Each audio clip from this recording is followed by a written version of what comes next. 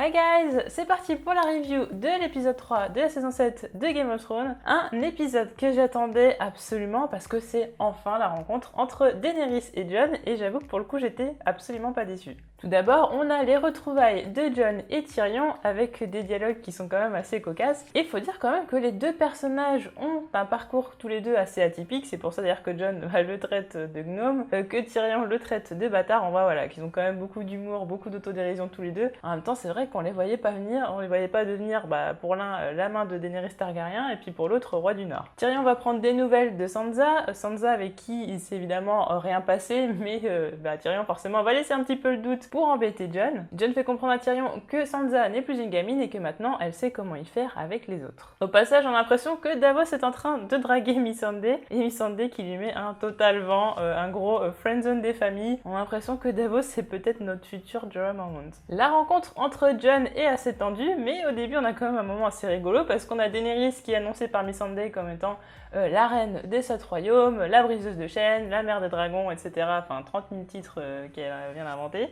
Et en face, on a Jon qui n'est pas du tout annoncé par Davos et il le regarde en mode attends wesh, tu vas me présenter ou quoi en fait Et Davos qui fait c'est le roi du Nord. Bon ok, enfin voilà, lui il va pas mettre 300 000 titres un peu pompeux ou quoi que ce soit, c'est le roi du Nord, c'est le roi du Nord, c'est Jon Snow, ok c'est un bâtard, mais voilà c'est le roi du Nord et puis qu'est-ce que vous voulez que je dise de plus? Comme j'en avais parlé dans la dernière vidéo, justement Tyrion n'avait pas parlé du fait que Jon devait plier le genou devant Daenerys et là pour le coup c'est la surprise. Jon est totalement étonné, il se dit mais attendez, what the fuck, je suis pas venu pour ça en fait, d'où je dois plier le genou et tout, c'était pas dit dans la lettre, ça c'était pas dans le contrat en fait, je suis pas venu là pour ça. Ça se comprend en même temps, voilà, Daenerys c'est quand même pas très diplomate, elle a des mots assez durs, d'ailleurs je suis étonnée parce que autant en anglais j'ai pas senti ça, mais autant en français, la traduction française était très très codée, très famille de nobles, etc. En français on a vraiment senti ça qu'en anglais, bon c'est un peu différent aussi, mais ouais vraiment on a senti que c'était vraiment une conversation politique, ce genre de choses, c'était assez spécial. Du coup, oui, les relations sont tendues. Là où Daenerys n'est pas d'accord, c'est que pour elle, elle est reine des 7 royaumes et pas des 6 royaumes, et il y en a un qui a décidé de prendre le 7e royaume en mode roi du Nord et tout, je fais ce que je veux, YOLO. Jon, on l'a élu, il a rien demandé, donc maintenant il fait avec. En plus, toutes les familles du Nord ont placé leur confiance en lui parce qu'ils savent que derrière, il y a une menace qui est énorme, et c'est là où justement, je vais y venir, c'est le fait que Daenerys, pour l'instant, ne mesure pas l'ampleur de cette menace, tout simplement parce que pour un bon moment, elle est restée à Essos, et Essos c'est vrai que ce sont pas forcément les personnes qui vont être le plus vite visées par les marcheurs blancs, forcément les premiers qui vont être visés, ça va être toutes les familles du Nord, la population du Nord, mais surtout évidemment les sauvageons qui étaient en première ligne, donc forcément elle a pas assez de recul sur ça, elle en a pas forcément entendu parler plus que ça, un petit peu, mais pour là c'est à la limite.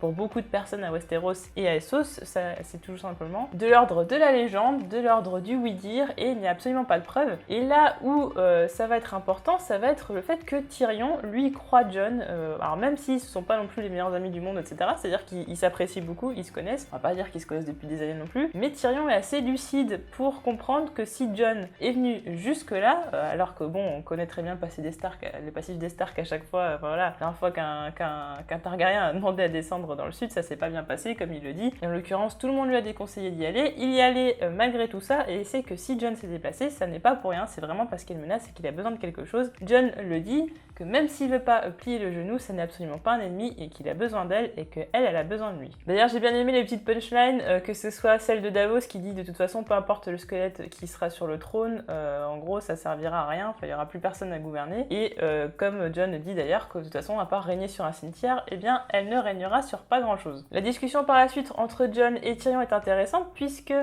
Jon est en train de dire qu'en effet il n'a pas appris des erreurs des Stark, mais peut-être que finalement si, parce qu'il a fait la part des choses, il sait qu'il a besoin de cette alliance avec Daenerys, il sait qu'il a besoin à la fois du ver dragon et à la fois des dragons pour battre les marcheurs blancs, donc il y est allé. Mais là où il doit encore apprendre, c'est qu'il ne doit pas juger une personne avec un simple entretien, une simple entrevue, c'est-à-dire que Daenerys, forcément, elle est dans son rôle de reine en plus qui doit avoir justement des seigneurs seigneurs qui doivent lui prêter allégeance. Là, en l'occurrence, pour elle, Jon Snow, c'est encore un seigneur parmi n'importe lesquels. Et forcément, on applique les codes, on applique tout ce genre de choses. Donc elle comprend pas que Jon, justement, soit un petit peu réfractaire par rapport à ça. Et forcément, ça va créer des tensions entre les deux. Et Jon, du coup, a un mauvais a priori de Daenerys. Et c'est là où Tyrion va intervenir et dire, non, mais en fait, vous la connaissez pas. Et si moi, je suis là, c'est pas non plus pour rien. Je la connais, je sais comment elle est. Et je peux vous dire que ce que vous pensez d'elle, ça n'est pas la bonne chose. Un moment quand même assez important dans cette entrevue entre Jon et Dany, parce que j'aime bien l'appeler, tout le monde l'appelle Dany, Daenerys, c'est le fait qu'elle s'excuse pour les crimes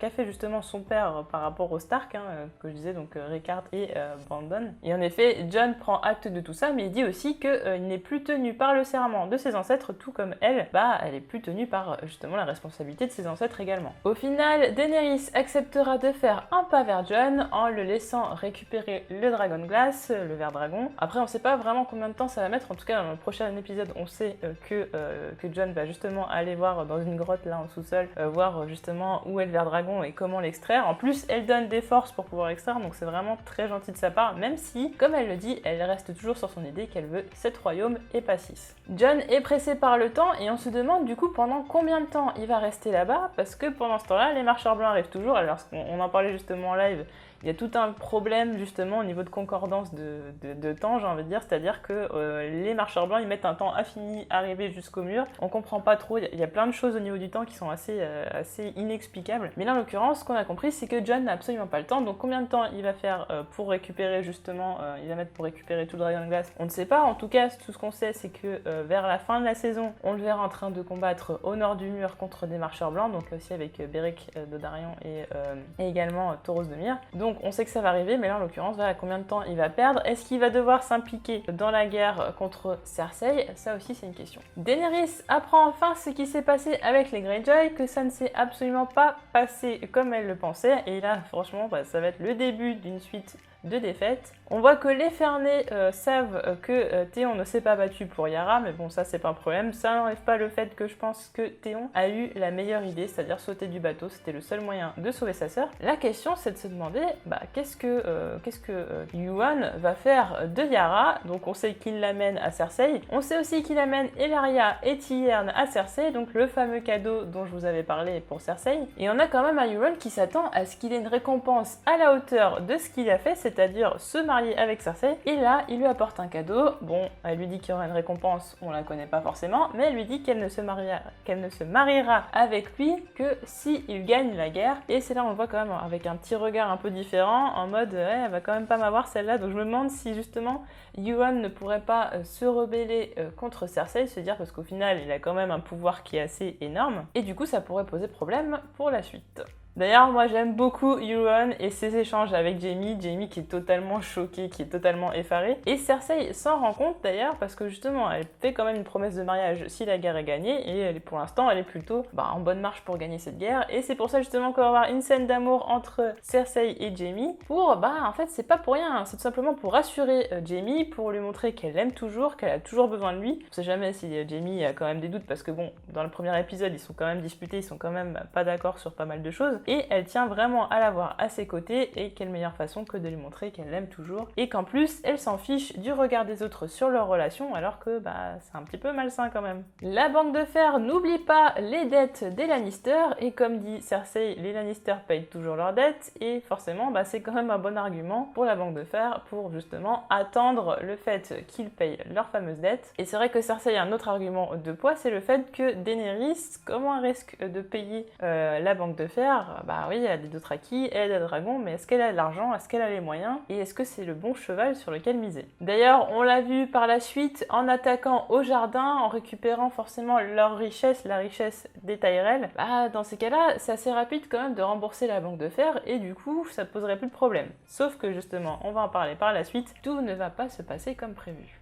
Encore une scène mémorable qui inclut Cersei, c'est la vengeance contre Ellaria Sand. Et là, on l'a vu un peu venir, déjà on voit que Cersei, elle a les lèvres toutes rouges, j'étais en train de me dire, attendez, elle met du gloss ou comment ça se passe? Qu'est-ce qui s'est passé? Je savais qu'il y avait un truc derrière, que ça allait être expliqué, et en fait c'est peut-être quelques secondes avant qu'elle embrasse Tyrion que j'ai compris qu'elle allait l'empoisonner, mais c'est vrai que sur le moment j'étais un petit peu choquée. Donc forcément, elle refait la même chose que ce qu'avait fait justement Ellaria à Myrcella, donc c'est-à-dire c'est-à-dire l'empoisonner comme ça, en plus sans antidote. Sauf que là, elle lui ajoute quand même une souffrance supplémentaire, c'est le fait que Ellaria va voir sa fille mourir, agoniser, et pourrir. Et justement, c'est la question qu'on se posait en live, c'est la question de se dire, bah Myrcella, elle a pas agonisé, pourquoi justement Tierne serait en train d'agoniser? Donc justement, comme le disait Capoe, bah justement, peut-être qu'elle est beaucoup plus résistante que Myrcella, et que justement sa mort va être beaucoup plus lente, et que Ellaria va souffrir de tourments énormes. Une scène qui est très bien jouée par les 3 actrices, vraiment c'est poignant, et Cersei, d'un côté, on est vraiment d'un côté, on se dit qu'on la comprend, parce que c'est vrai que quand même, sa fille était innocente, sa fille c'était un amour, elle était adorable, et Ellaria elle a tué pas sans raison, mais pour se venger, mais elle a tué quand même quelqu'un d'innocent. Et en même temps, Cersei, ce qu'elle fait, c'est encore pire que ce que Ellaria a pu faire, et ouais, on retrouve encore une Cersei qui va à chaque fois au-delà de la méchanceté, à chaque fois on la croit méchante, mais elle est encore plus méchante que ce qu'on peut imaginer. On va revenir à Dragonstone, et à une discussion qui est quand même très intéressante pour moi, c'est la discussion entre Mélisandre et Varys. Mélisandre qui va s'en aller parce qu'elle sait qu'elle n'est pas vraiment la bienvenue, en même temps parce qu'elle a fait, c'est compréhensible, et qui dit que de toute façon son travail est fait, qu'elle a fait en sorte que le feu et la glace se rejoignent, donc c'est-à-dire le feu Daenerys, la glace Jon, donc ça fait référence à The Son of Ice and Fire. Mélisandre qui ne conseillera plus les rois, mais néanmoins qui reviendra une ultime fois à Westeros pour y mourir, et d'ailleurs Varys va y mourir. Alors c'est la question de se dire, est-ce qu'il y a vraiment une raison pour laquelle Mélisandre lui dit ça, parce que donc elle a dû voir la mort de Varys dans les flammes, mais ça veut dire peut-être que la mort de Varys serait peut-être importante, et justement se pose la question de savoir est-ce que Varys est un traître, puisqu'il a quand même des propos qui sont un petit peu limites, il est en train de dire oui mais bon, quand on goûte au pouvoir, après c'est quand même difficile de s'éloigner du pouvoir, alors que justement il était en train de dire à Daenerys l'épisode d'avant que lui ça n'était pas un homme de pouvoir, mais que tout ce qui l'intéressait c'était le peuple. Et sachant que les Lannister étaient au courant de l'attaque contre Castrel Rock, sachant quand même que comme par hasard le Euron Greyjoy s'est attaqué aux autres Greyjoy, bon ça fait quand même beaucoup de coïncidences, et du coup de se dire est-ce qu'il n'y aurait pas un ver dans la pomme, est-ce qu'il n'y aurait pas quelqu'un qui divulguerait les informations, et pourquoi pas Varys. La mort de Varys interviendrait donc comme le disait Daenerys, bah en fait Varys trahirait encore Daenerys, et du coup finirait brûlé par ses dragons. On retourne à Winterfell, et là Sansa commence à prendre goût au pouvoir, justement on en a parlé un petit peu plus tôt. Là pour le coup elle prend vraiment goût au pouvoir, et on a l'impression qu'elle est totalement dans son élément, donc voilà, dit comment faire les armures, voilà, il faut mettre du cuir, comment ravitailler tout le monde. Elle finalement s'en sort plutôt bien, et Littlefinger justement est assez impressionné par ça, il aime beaucoup la voir comme ça, et il va lui donner des conseils qui sont pas bêtes, puisqu'il lui dit tout le monde est ton ami, tout le monde est ton ennemi, prévois tout en même temps, voilà, c'est pas de se focaliser sur certaines choses, c'est vraiment de se focaliser sur tout peut arriver à tout moment, et c'est vrai que Game of Thrones c'est exactement ça, tout peut arriver à tout moment, et du coup que Sansa ne se laisse pas surprendre, et pour une fois on a l'impression qu'elle prend vraiment en compte ce que Littlefinger a dit. Bon, c'est juste qu'après elle se fait quand même elle se fait surprendre par l'arrivée de Bran qui d'ailleurs a totalement changé, qui n'a pas d'émotion, on a l'impression que son rôle maintenant de Corneille aux 3 yeux l'a complètement lavé le cerveau, qu'il n'a plus d'émotion après tout ce qui s'est passé, la mort d'Odor, etc., vraiment tout ce qu'il a pu vivre, forcément ça a un impact sur lui, peut-être le fait qu'il ait été touché par le roi de la nuit, enfin il y a beaucoup de choses qui peuvent rentrer en compte, et c'est vrai quand même qu'il a des mots très durs par rapport à Sansa, et lui fait revivre quand même un événement qui est très douloureux pour elle, à se demander pourquoi il fait ça, est-ce que c'est juste pour prouver qu'il voit tout le temps, parce que là on se dit quand même il y a un pouvoir qui est assez immense, et comme on le disait hier en live, bah en fait Bran il peut voir le passé et ce qui se passe maintenant, et tous les adorateurs du Seigneur de la Lumière, donc Mélisandre, etc., eux sont capables de voir le futur, donc c'est vraiment, il y a deux entités, il y a deux possibilités, et Bran quand même qui peut savoir tout ce qui se passe à tout moment, c'est un atout mais qui est énorme. Et alors oui, il dit qu'il voit des fragments de choses, mais même ça suffit par exemple à gagner des guerres et à prévoir le pire. Sansa qui quand même s'inquiète de savoir si Bran ne veut pas récupérer le pouvoir Winterfell, parce que oui, eh bien Bran ça n'est pas un bâtard, Bran c'est le fils légitime, et du coup il pourrait devenir Lord of Winterfell, je sais pas pourquoi j'ai dit en anglais, mais bon c'est pas grave. Et Sansa est quand même ravie de savoir que Bran n'est pas intéressé par le pouvoir, que son rôle de Corneille aux 3 yeux, bah forcément ça lui prend quand même du temps, et il s'écarte de tout pouvoir, et du coup ce qui fait que Sansa va pouvoir régner toute seule pendant tout le temps où Jon ne sera pas là. À la citadelle, Jorah est enfin soigné par Sam, mais moi je suis en train de me poser une petite question. On a un petit moment assez sympa entre des personnages, Jorah qui est aussi assez drôle, hein, qui dit que c'est le climat, que voilà il s'est bien reposé, que maintenant il va mieux, que voilà il s'est soigné tout seul, voilà un petit repos, et puis maintenant ça va mieux, histoire voilà de protéger Sam forcément, d'éviter de lui avoir des ennuis. Et on a un petit moment quand même assez sympa sympa entre Jorah et Sam, parce que Jorah lui doit quand même la vie, hein,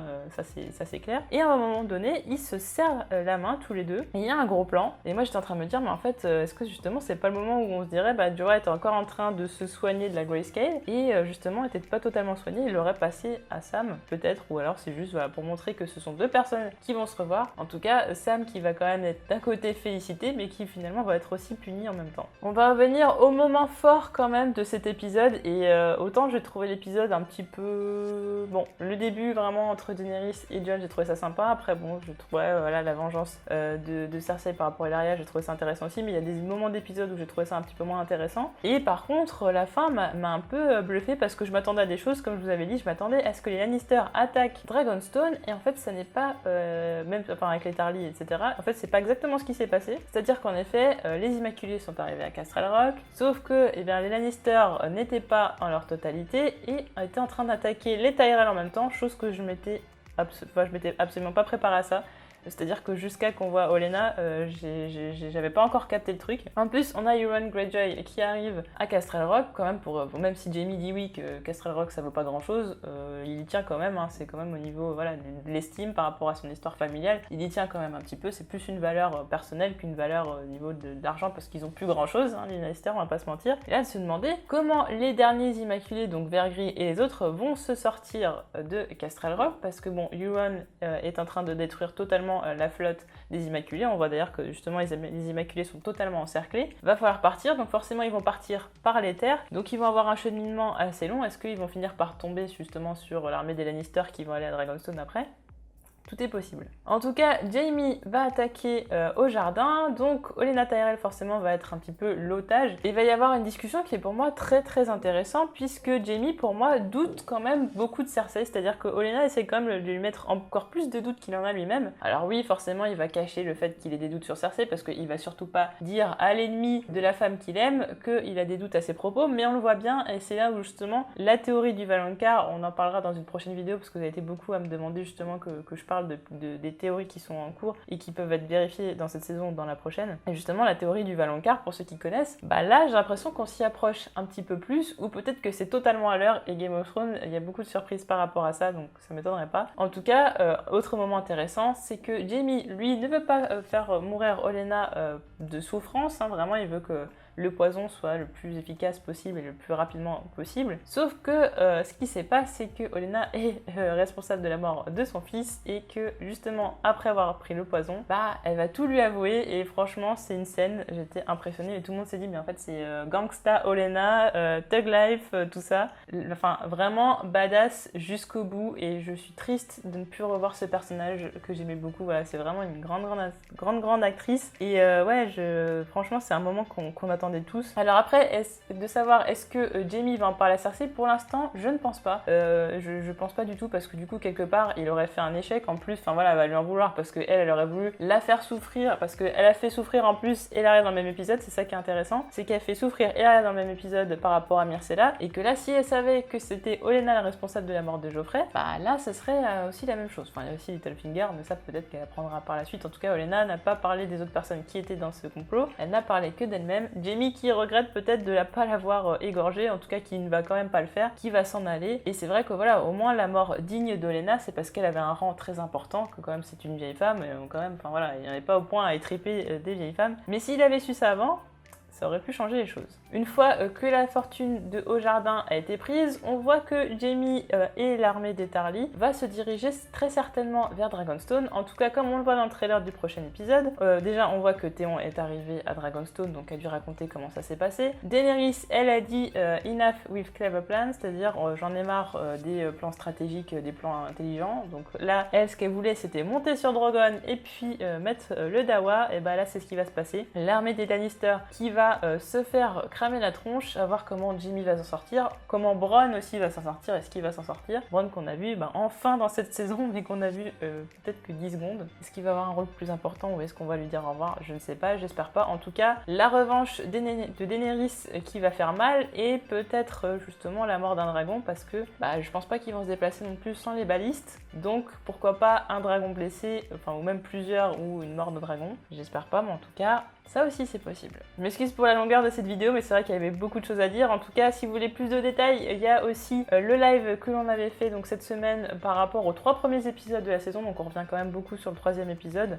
Et voilà, et en tout cas, je vous demande justement ce que vous avez pensé de cet épisode, vos théories pour les prochains épisodes, les vidéos que vous souhaiteriez que je fasse sur Game of Thrones, c'est-à-dire s'il y a des théories que vous n'avez pas bien compris, que vous voulez que je vous explique, si vous voulez que je vous fasse une vidéo sur toutes les théories qui sont en cours, c'est possible. Justement, je vais parler bientôt de Lazar Ahai, je vais vous faire ça, voilà. En tout cas, dites-moi ce que vous souhaitez avoir en vidéo, vos théories, et puis de toute façon, on se retrouve très vite pour d'autres vidéos. Salut!